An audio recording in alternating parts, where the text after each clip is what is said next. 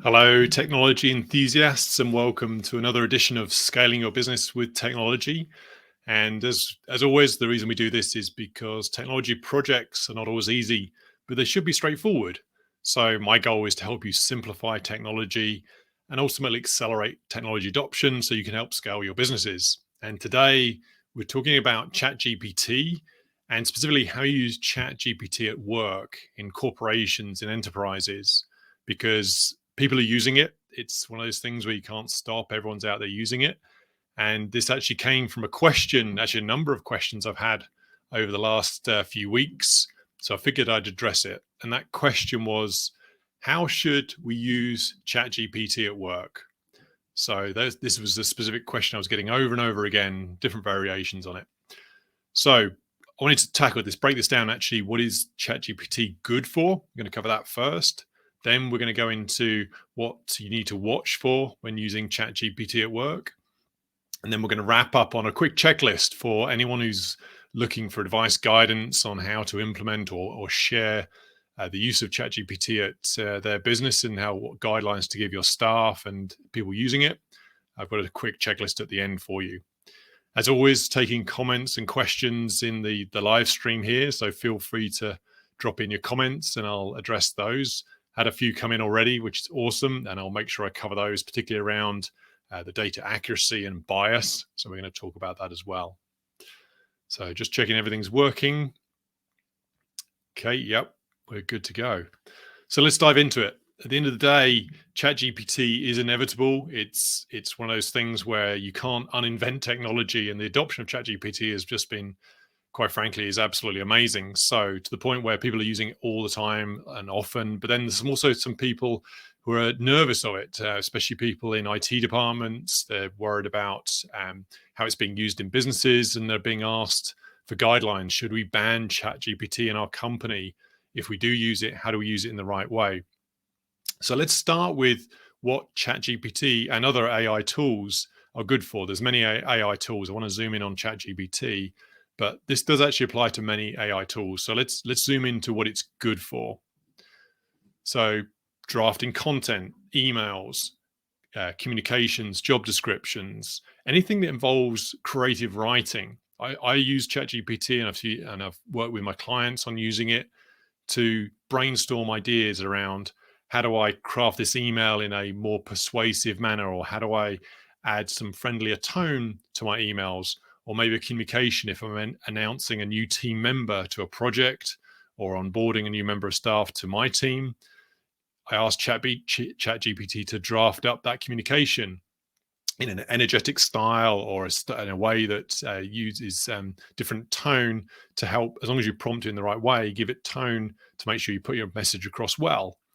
Job descriptions as well, where you don't want to have to sit down and think about that. You want somewhere to start. You can say, give me a job description for an AI developer, or someone in the DevOps space, maybe a project team, or maybe on your HR side. You can ask it to prompt those job descriptions. Again, it gives you a good basis to work with. And that's what I really, really like ChatGPT for. It just starts your thinking. And by the way, pro tip, I also used to think this is going to take away my critical thinking.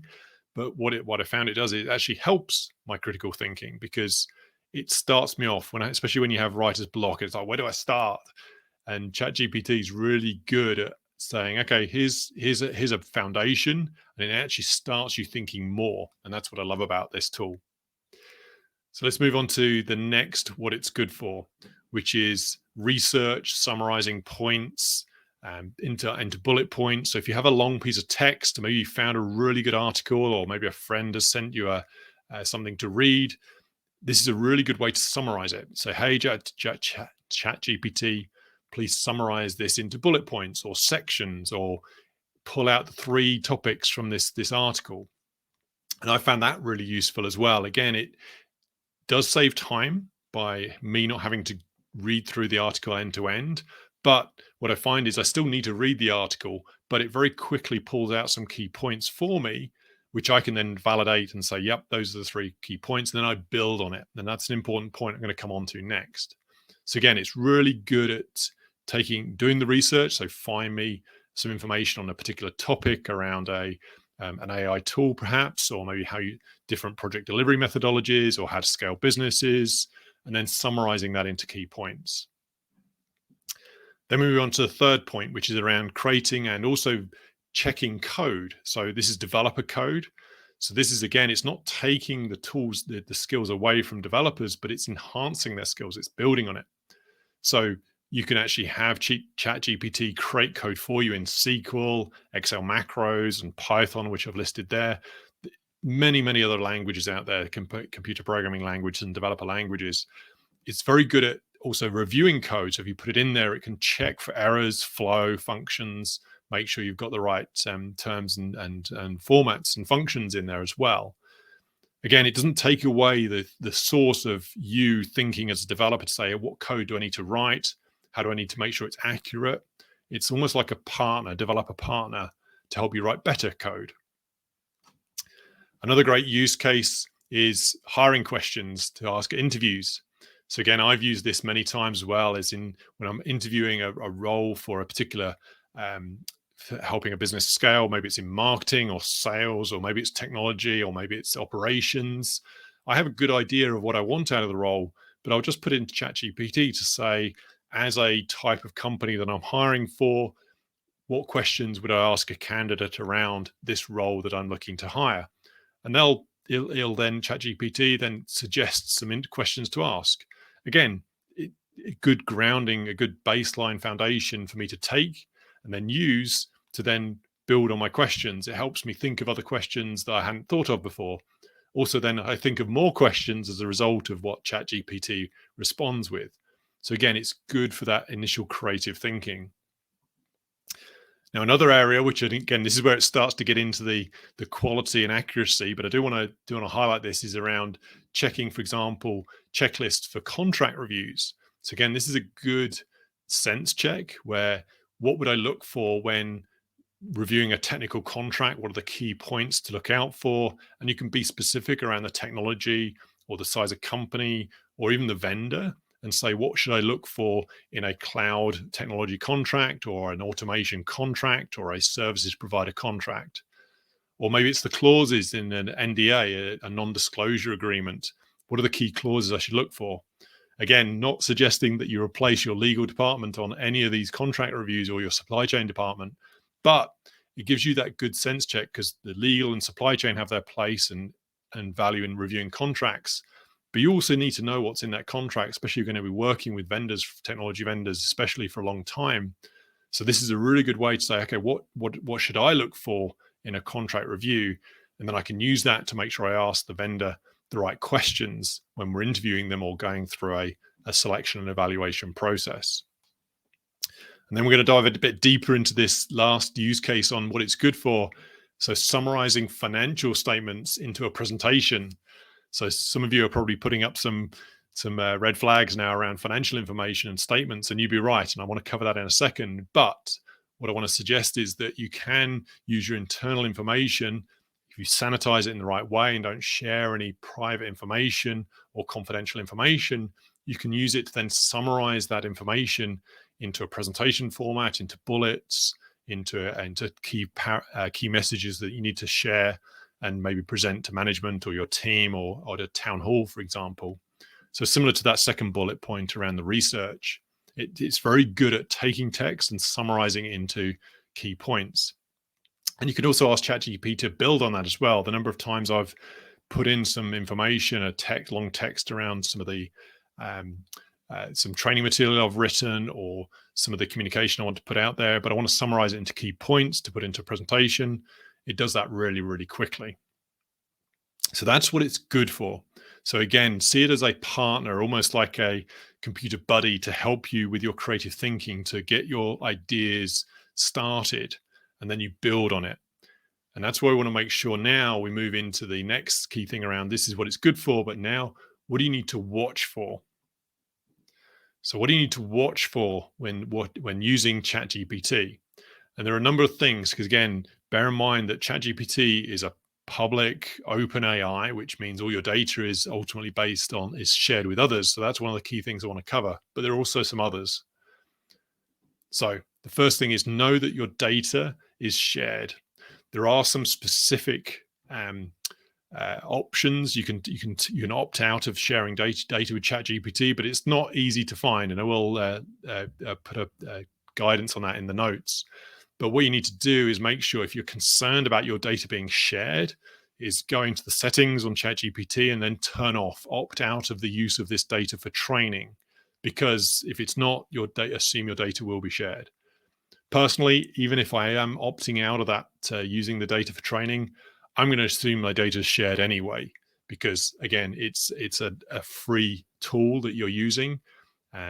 It's called OpenAI. I know some of the code is closed down, but again, just assume that anything shared out on the internet or in the applications could be accessed by anyone.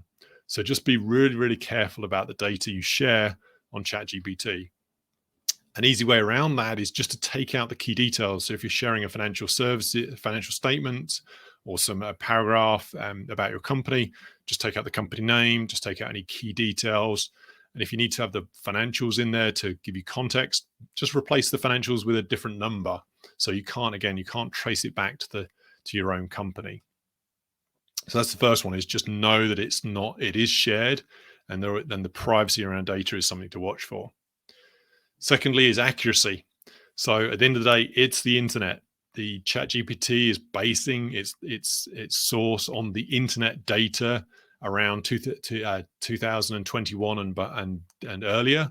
So it's not up to date. It doesn't have up to date as of 2023. And again, it's internet data. So there's not validation on some of that internet data out there. So you have to be aware of the accuracy. And that's where I really like using it, as I said before, for content creation, thinking, and then I take that and build on it. I'm not asking it for specific answers, because I would have to validate that, and it often gets difficult to know what is the source of truth. It doesn't reference where it's pulling this information from, other than the internet. So again, just be aware of, there are maybe some question around the accuracy. Most of the time it's good, but there could be some questions there. Thirdly, we're going to talk about, because it's based on internet but data, there's also some bias in there. I personally haven't seen that much in any of my responses I've got back from ChatGPT. But again, just be aware that the response back is based on the internet. So it's based on people's views and opinions. As a result, you have to apply your own judgment, context, and interpretation to make sure that you're not applying a bias to an answer, a point of view. And most of the time, you're not going to come across this. But if in a business environment, you're not going to come across this. But if you start to get into, say, for example, some HR policies, if you're looking to write some guidelines for how to work with staff, just be aware of where it's pulling this information from, which is the internet. So you will need to get a consult from your legal and HR departments and the expert to make sure it's accurate and relevant to your specific company need. Then fourthly, again, interpretation. So bear in mind, AI is learning. That's why ChatGPT has exploded so much. And the nature of ChatGPT means it learns from the prompts. It learns from people using it and ultimately gets better. But as a result, its own interpretation is based on what it's learned so far. So it's getting better and better. But where it doesn't have the information, or maybe there's missing data on the internet, or it can't find it quickly, or can't find what it's looking for, it will fill the gaps. And that's the beauty of AI. It fills gaps in knowledge and applies interpretation. But as a result of that, when it's filling gaps, that's where you need to make sure that those gaps are filled correctly. So, for example, if you're asking for questions around an interview, you just want to make sure those questions are correct for that role, because you might have asked about a role for maybe a technical support analyst, or maybe a specific technology, and it's actually referred to a different technology. So again, you would see this when you're reading through the responses, but just bear that in mind, that sometimes ChatGPT will fill in the gaps. So you can't take it as the source of truth. It's something to work with, not the final answer. And then lastly, and things to watch for, is the context, the tone. ChatGPT is very generic. It's deliberately coming back with an artificial language. So sometimes the tone is a little bit off. It's a little bit too, when I've asked for friendly and relaxed tone, it's a bit too relaxed, a bit too friendly.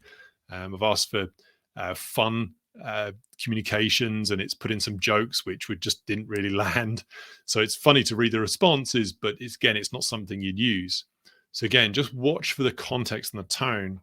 And the short answer here is that do not copy and paste ChatGPT into your work. At the end of the day, you need to read through it, make sure it's good, make sure the tone and the context is applied in the right way. Again, you're applying this to your specific role. It's not replacing your role. So don't replace your role with the ChatGPT responses. Make sure you apply your own interpretation and tone to it. So we covered what it's good for, then we covered what to watch for with using ChatGPT. And now we're going to round out on a quick checklist to show how you would use ChatGPT in the business environment. So I want to leave you with something you can take away and use with your own teams. So let's run through this checklist. So the ChatGPT business checklist starts with the first one, which is know that it's shared data. So again, these are guidelines you can give to your staff and your teams when they're using ChatGPT. Just let your teams know that this is shared data. So don't post anything that's private or confidential. If you do need to use that data to get a better answer, just change the data. Make sure it can't ever be traced back to your own company and your own job or even you, because that data is shared on the internet. Give examples of how to use it. So with the staff using ChatGPT and your teams using ChatGPT, give them some examples like the first section I gave there around what it's good for. So give them some examples around summarizing text or doing research, or maybe doing some checklists, or like I said, the job descriptions, or even the job questions for asking interviews, helping with communications, emails. Again, give some examples around people using it for creative writing, for promoting your thinking, how to work with it. And again, that guides your team in terms of how to use ChatGPT. And by the way, using any technology always comes back with know why you're using it. It's a great tool, but it's also a shiny object. You don't want to spend hours just playing around with ChatGPT, seeing what it can do. Always go in with intent. Understand what you're using ChatGPT. Otherwise, you'll go down a bit of a rabbit hole in terms of how it can be used, because quite frankly, it will go on and on and on. And it is amazing in terms of how it works. But to use your time effectively, you need to have that single specific purpose or intent for what you need out of that specific question you're asking it. The third guideline would be build on the responses. Don't copy and paste. As I mentioned before, the tone, the bias, the interpretation, the accuracy, you need to guide your staff and your teams to take the response and then use it to make your job better. Use it to save time by creating that initial text, but don't copy and paste it. That's not applying the critical thinking. That's not applying value. You as a role, you as a person and your team, you need to use this as a tool to make something better. It's not going to do your job for you. And quite frankly, if you're using it to do your job for you, then someone's going to see that and someone's going to spot it. So make sure you give the guidance to say, build on the responses. Fourth, just make sure you highlight that this data is the internet. I know most people know this, but it's always worth reminding that the answers they're getting back is based on internet data, sub 2021 and below, and earlier than that. So again, it's not wholly up to date. If you're asking very specific questions around latest events in the media or news, it's not going to have that. So, which also applies to policies, procedures, when you're asking it for specifics around something that might need more around cybersecurity, for example. The industry is changing very quickly. So just, again, let them know that it's internet data, and they need to be aware that that data is based on 2021 and earlier. The next, watch for bias and inaccuracy. So when they're getting back the responses, guide your teams to make sure they check to make sure, A, it's accurate. And that might be you have to sense check that and fact check it. And also make sure there's no bias in there. Again, this is you providing the information, not the AI. So watch for that bias, watch for leaning views or opinions, which ultimately don't make sense in your business environment. So just remind your staff to watch for that bias and inaccuracy. Quick warning around copyright material as well. I've not seen this come up as a problem, but it is something to be aware of, and please warn your teams around this. As we know, it's ChatGPT is pulling information from the internet, of which some of it may be copyrighted. If you're taking the ChatGPT information and then building on it and applying your interpretation, that it shouldn't be a problem, because you're rebuilding the content into your own voice. But if you're literally taking some elements or facts or figures or maybe some information, just be aware that it could be copyrighted, especially applying it in the business environment, that we may have to run up against or check it from a copyright point of view. Again, the easiest way to get around this is just to apply your own interpretation and then just build on it from there. And this is what leads me to my second last point, which is this is my favorite one. If there's any of these points that we want to emphasize the most, it's this one: be clear on who's accountable, because the person using ChatGPT is accountable, not the AI. You can't blame ChatGPT for a mistake or an error, because at the end of the day, it's a tool. You're using that tool, therefore you're accountable. Again, very easy to use, it's very easy to work around if you make sure you take that information, apply your own interpretation, and then work with it to ultimately give a better result. Use it as your creative writing partner to save you time. And then lastly, on the checklist is the fact check the results. Have someone review it, make sure it's all good. Make sure that you ultimately, if you're not sure about the accuracy, then get someone else to read it through for you. If you are getting into some specific legal contract terms, or maybe some HR conditions, or maybe you're representing the company with the information, again, just check that as you would do with any information. Just check that with the relevant expert in your company, and let people know that you've used ChatGPT to build this. Again, you're showing your skill by using AI tools, and show that you've used it and you've applied it, and here's what you've built on, and how you've actually made your response better, your work better by using ChatGPT. So that's the checklist for how to use ChatGPT in the business. We covered lots of topics around what it's good for, what to watch for, and I wanted to leave you with this checklist to make sure that you had the right information and to share with your teams. And again, use ChatGPT for this. Put this into ChatGPT, build out, say, hey, what would I use for my business to make sure we use ChatGPT in the right way? And that's a great way to use the tool, again, to build on it and ultimately save you time, which is what AI is all about. So thank you again for joining me. It's always great to have you folks join me for these calls, share the information, and use this with you'll be able to use this with your teams. We are a special group of technology project enthusiasts, so I'm here cheering you on. And as we continue to push, grow, and scale your companies and make a difference in technology, I'm right there behind you. And I'll see you in the next episode.